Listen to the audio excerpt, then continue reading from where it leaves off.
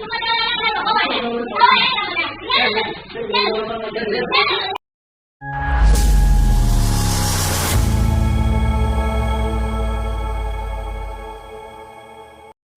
வணக்கம். திமுகவுடைய சமூக நீதி பத்தி நான் உங்களுக்கு சொல்ல தேவையில்ல.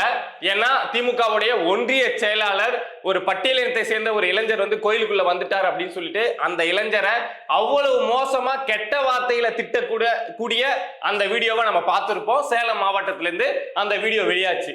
அதே மாதிரி பல்லாவரம் தொகுதி திமுக எம்எல்ஏ கருணாநிதி அவருடைய மகன் வீட்டுல ஒரு பட்டியலினத்தை சேர்ந்த ஒரு சிறுமி 16-17 வயசு சிறுமி வச்சு வேலைக்கு வச்சுக்கிட்டு சிகரெட்டால சூடு வச்சது என்ன, கொடுமைப்படுத்தினது என்ன, அந்த செய்தியும் நம்ம பார்த்திருப்போம். அந்த சிறுமி வெளியில வந்து பேசின அந்த வீடியோவும் நம்ம பார்த்திருப்போம். இது போக வேங்கை வயல்ல குடிக்கிற தண்ணியில வந்து மலம் கலந்தாங்க. இங்க விழுப்புரம் மேல்பாதி கிராமத்துல வந்து பட்டியலினத்தை சேர்ந்த மக்கள் வந்து அங்க இருக்கக்கூடிய திரௌபதி அம்மன் கோயிலுக்கு போகிறதுக்கு எவ்வளவு பிரச்சனை நடந்துட்டு இருக்கு. இன்னும் அந்த மக்களால அந்த கோயிலுக்குள்ள போக முடியல அப்படிங்கிற விஷயமும் தெரியும். இது போக திமுக கட்சிக்குள்ள கீழ்மட்டத்துல தான் இப்படி இருக்கு அப்படின்னு பார்த்தோம்னா, மேல்மட்டத்திலையும் அந்த சமூக நீதி அப்படிங்கிறது, சமூக அநீதி அப்படிங்கிறது இருக்கு. என்னதான் சமம், என்னதான் எல்லாரும் ஈக்குவல் அப்படின்னு நம்ம பேசினாலும், இன்னும் ஆண் பெண் ஈக்குவல் அப்படின்னு நம்ம பேசிட்டு இருக்க இந்த காலகட்டத்துல கூட ஒரு திமுக நபர் அப்படின்னா அவருக்கு வந்து ஒரு நல்ல சேர் போடுறதும், இல்ல வேற ஒரு கட்சியை சேர்ந்த ஒரு நபர் அப்படின்னா அவருக்கு பிளாஸ்டிக் சேர் போடுறதும் இது வந்து திமுகவுல வாடிக்கையா இருந்துட்டு தான் இருக்கு. இத மாதிரியான இந்த சமூக அநீதி அப்படிங்கிறது அங்கங்க மேல்மட்டத்தில இருந்து அடிமட்டம் வரைக்கும், இங்க ஒரு வார்டு உறுப்பினர் இருப்பார்ல, அதுல இருந்து முதலமைச்சர் வரைக்கும் இந்த சமூக அநீதி அப்படிங்கிறது திமுகவுல இருந்துட்டு தான் இருக்கு. அதுல இப்ப வந்து ஒரு அந்த அந்த சமூக அநீதியோட ஒரு உச்சபட்சம்னு சொல்லுவாங்கல்ல, அப்படி ஒரு சம்பவம் விழுப்புரம் மாவட்டம் திண்டிவனத்துல நடந்திருக்குங்க. திண்டிவனம் நகராட்சியில வேலை பார்க்கக்கூடிய ஒரு ஜூனியர் அசிஸ்டன்ட் தான் முனியப்பன் அப்படிங்கிற நபர். அந்த நகராட்சியோட 20வது வார்டோட நகர்மன்ற உறுப்பினர் தான் ரம்யா ராஜன். இவங்க என்ன பண்ணிருக்காங்க அப்படின்னா, கடந்த ஆகஸ்ட் மாசம் 28ஆம் தேதி இன்னைக்கு அந்த முனியப்பன் கிட்ட வந்து என்னுடைய வார்டு சம்பந்தமா அந்த நிதி ஒதுக்கி இருப்பாங்கல்ல, அது சம்பந்தமான ஃபைலை எடுத்துட்டு வாங்க அப்படின்னு சொல்லிட்டு முனியப்பன் கிட்ட சொல்லியிருக்காங்க. என்ன காரணமோ தெரியல, அது வந்து லீகலா அந்த மாதிரி கொண்டாந்து கொடுக்க கூடாதா என்ன, இல்ல அவங்களுக்குள்ள ஆல்ரெடி ஏதாவது பிரச்சனை இருந்ததா, இல்ல முனியப்பனுக்கு வேற ஏதாவது பக்கத்துல இருந்து அழுத்தம் அப்படிங்கிறது இருந்ததா அப்படின்னு தெரியல.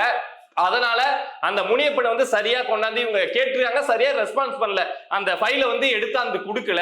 அதுக்கு என்ன பண்ணிருக்காங்க அப்படின்னா, இந்த 20வது வார்டு நகர்மன்ற உறுப்பினர் திமுகவை சேர்ந்த உறுப்பினர் ரம்யா ராஜா என்ன பண்ணிருக்காங்க அப்படின்னா, அந்த முனியப்பனை கூப்பிட்டு கண்ணாபுண்ணான்னு கெட்ட வார்த்தையில ஒருமையில எல்லாம் பேசினதோட மட்டும் இல்லாம நகர்மன்ற தலைவர் இருப்பாங்கல்ல அங்க, அவங்க பேர் வந்து நிர்மலா. அந்த நிர்மலாவோட கணவர் வந்து ரவிச்சந்திரன். எப்பொழுதுமே உங்களுக்கு தெரியும், ஒரு நகர்மன்ற தலைவர் இருக்காங்க பெண்ணா இருக்காங்க அப்படின்னா அவங்க வந்து செயலிழந்து இருப்பாங்க. கணவர் தான் அங்க வந்து ஆக்டிவா இருப்பாரு. கணவர் தான் எல்லா கட்ட பஞ்சாயத்துல இருந்து எல்லா வேலையுமே பார்ப்பாரு. சோ அப்படிதான் இந்த நிர்மலாவுடைய கணவர் ரவிச்சந்திரன் இருந்திருக்காரு. அந்த ரவிச்சந்திரன் கிட்ட இந்த ரம்யா ராஜா வந்து இத மாதிரி நான் சொன்னேன், அவன் அந்த வேலையை கேட்க மாட்டேன்ட்டான், எனக்கு அசிங்கமா போச்சு அப்படிங்கிற மாதிரி அந்த ரவிச்சந்திரன் கிட்ட ஒரு கம்ப்ளைண்ட் அப்படிங்கிறத வச்சிருக்காங்க. அந்த ரவிச்சந்திரன் அவர் தான் நகர்மன்ற தலைவரோட கணவராச்சே, ஒரு கெத்து எல்லாம் இருக்கும்ல.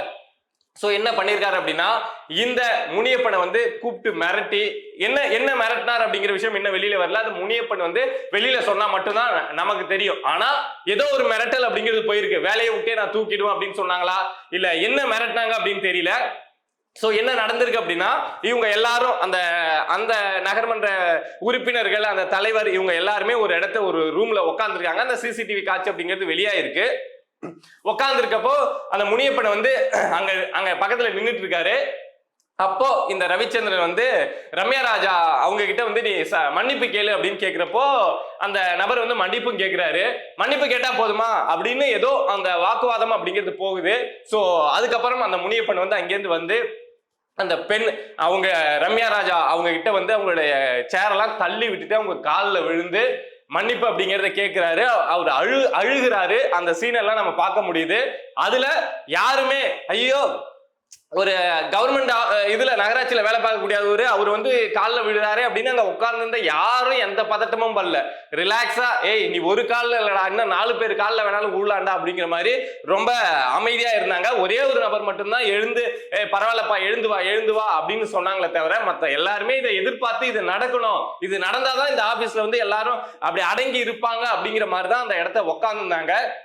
இதுல கொடுமை என்ன அப்படின்னா அந்த முனியப்பன் வந்து ஒரு பட்டியல் இனத்தை சேர்ந்த ஒரு நபர். சோ அவரை மிரட்டி இத மாதிரி செஞ்ச சம்பவம் அப்படிங்கிறது இப்போ வைரலா போயிட்டு இருக்கு. இதுல எனக்கு இருக்கக்கூடிய ஒரு பெரிய கேள்வி என்ன அப்படின்னா, உன்னை வேலையை விட்டு தூக்கிடுவேன், நீ வேலையிலே இல்லாம உன்னை பண்ணிடுற பாக்குறியா அப்படின்னு மட்டும் மிரட்டி இருந்தா இந்த முனியப்பன் வந்து காலில் விழுந்திருப்பாரா அப்படின்னா மோஸ்ட்லி யாரும் அப்படிலாம் விழமாட்டாங்க. என்ன வேலையை விட்டு தூக்கு அதுக்காக உன் காலில் விழ முடியாதுன்னு சொல்லக்கூடியவங்க தான் நிறைய பேர் இருப்பாங்க. ஆனா அதை தாண்டி ஏதோ ஒரு வகையில இந்த முனியப்பனை அங்க இருக்கக்கூடிய அந்த கூட்டம் வந்து மிரட்டி காலில் விழ வச்சு அதை ரசிச்சு அதை என்ஜாய் பண்ணக்கூடிய ஒரு கூட்டமா இந்த கூட்டம் இருந்திருக்கு. ஸோ இந்த வீடியோ இப்போ வந்து அண்ணாமலை உட்பட எடப்பாடி பழனிசாமி உட்பட சீமான் உட்பட நிறைய பேர் இந்த விஷயத்தை எடுத்து பேசினதுக்கு அப்புறம் இப்போ இந்த விஷயத்துல நடவடிக்கை எடுக்கணும் அப்படின்னு அழுத்தமான கருத்துகள் அப்படிங்கிறது வெளியாயிட்டு இருக்கு. இதுல இன்னொரு விஷயம் என்ன அப்படின்னா, இந்த கூட்டம் உட்கார்ந்து இருந்தது இல்லை, இந்த சம்பவம் நடந்தது இல்லை, அந்த இடம் வந்து அந்த நகராட்சி ஆணையரோட ரூமு, அந்த ரூமுக்கு இவங்க ஆக்சுவலா வரவே கூடாது, இவங்க என்னத்துக்கு அங்க வந்து உட்கார்ந்தாங்க. சோ அதுக்கே ஒரு சட்ட நடவடிக்கை எடுக்கணும், அவங்க மேல ஒழுங்கு நடவடிக்கை எடுக்கணும் அப்படின்னு ஒரு பக்கம் சொல்றாங்க. ஏன்னா இவங்களுக்கு இருக்கக்கூடிய அறைகள் எல்லாம் வேற. இதுக்கு முன்னாடி இத மாதிரி சம்பவங்கள்ல நடவடிக்கை எடுக்கப்பட்டிருக்கா அப்படின்னா நம்ம ஸ்டாலினை பார்த்து ஒரு கேள்வி வச்சோம் அப்படின்னா, இந்த வடிவேல் வந்து 2 பாயிண்ட் தூக்கி எம்டியா காமிக்கிற மாதிரி நாங்க ஒண்ணுமே நடவடிக்கை எடுக்கலையே அப்படின்னு தான் காமிக்க போறாரு. அத மாதிரி விஷயங்கள்ல சரியா நடவடிக்கை எடுத்திருந்தா ஒவ்வொரு சம்பவம், அது வேங்கை வயலா இருக்கட்டும் இல்ல மேல்பாதியா இருக்கட்டும் இல்ல இவங்க கட்சியை சேர்ந்தவங்க இவ்வளவு பேர் அவ்வளவு பட்டியலின சமூக மக்களுக்கு எதிராக அவ்வளவு கொடூரங்கள், அது அநீதினு கூட சொல்லக்கூடாது, ஒரு வன்மம் ஒரு வக்கிரமும் இருக்குல்ல, அதை செய்யறப்போ ஒழுங்கா இவங்க நடவடிக்கை எடுத்திருந்தா தொடர்ச்சியா இத மாதிரி நடக்காது, ஒரு பயம் அப்படிங்கிறது இருக்கும். சோ இப்போ அவங்களுடைய அஜாக்கிரதையால திரும்ப இந்த விஷயங்கள் அப்படிங்கிறது நடந்துட்டு இருக்கு. அதுக்காக இப்ப வந்து நடவடிக்கை எடுத்துருவாரா மு.க. ஸ்டாலின் அப்படின்னு பார்த்தா அவர் வந்து அங்க லண்டன்ல வந்து ஜாலியா சுத்திட்டு இருக்காரு. இங்க வரத்துக்குள்ள அதுக்குள்ள 1008 பிரச்சனையை நாமளே கடந்து போயிடுவோம். அதுக்கப்புறம் இது அப்படியே மறந்து போயிடுவோம், அவ்வளவுதான்.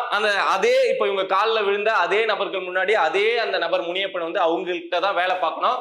அங்க அவர் இனிமேல் வேலை பார்க்கிறாரு அப்படின்னா இந்த திமுக ஆட்சி முடிகிற வரைக்கும் எதை மாதிரியான ஒரு சூழல்ல வேலை பார்க்க வேண்டியது இருக்கும், அவருக்கு அங்க என்ன மரியாதை கிடைக்கும், அவர் கூட வேலை பார்க்கக்கூடிய மற்ற ஊழியர்கள் அவரை எப்படி பார்ப்பாங்க. ஆல்ரெடி அந்த இது இருக்கும், கேஸ்ட் பாலிடிக்ஸ் அப்படிங்கிறது ஒரு ஆபீஸ் இருக்கு, நகராட்சி ஆபீஸ் இருக்கு அப்படின்னா இருக்கும். இப்போ இத மாதிரி ஒரு சம்பவம் நடந்ததுக்கு அப்புறம் அந்த முனியப்பன் அந்த இடத்த ஃபேஸ் பண்ற அந்த விஷயம்லாம் இருக்குல்ல, அதெல்லாம் நம்ம வெளியில இருந்து விவரிச்சா அது உணரவே முடியாது. பட் அங்க இருக்க அந்த சூழல், அந்த இடத்துக்கு போயிட்டு வந்தவங்க நிறைய பேர் இருப்பாங்க, அதை மாதிரி இடத்த ஃபேஸ் பண்ணியிருப்பாங்க, அவங்களுக்கு தெரியும் அது எவ்வளவு கஷ்டமான ஒரு சுச்சுவேஷன் அப்படிங்கிறது. இதுல திமுக நடவடிக்கை எடுக்க மாட்டாங்க, அது நமக்கு தெரிஞ்ச விஷயம், அதை விட்டுருங்க. ஆனா எப்பொழுதும் நாங்கள் வந்து பட்டியலின சமூக மக்களுக்காக தான் எங்களுடைய கட்சி, எங்களுடைய ஆட்சி, எங்களுடைய மூச்சு அப்படின்லாம் பேசக்கூடிய திருமாவளவன் இருக்காருல்ல, அவரு மேலதான் எனக்கு அவ்வளவு கோபம் அப்படிங்கிறது வருது. ஏன் அப்படின்னா அவர் தான் நான் உங்களுக்கான தலைவன், நான் உங்களுக்காக கட்சி தொடங்கணுமா, உங்களுக்காக எல்லாம் பண்றமா அப்படின்னு சொல்லக்கூடிய நபர்.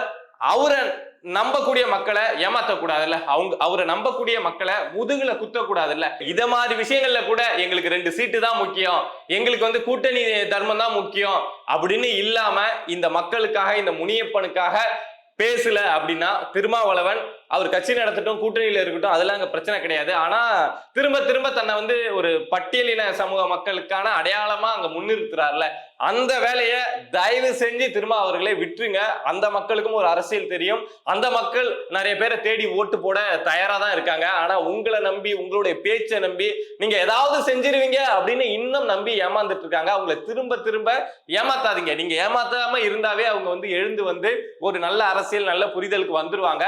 பட் நீங்க நான் இருக்கேன்னு சொல்லி அவங்களுடைய முதுகுல திரும்ப குத்தாதீங்க.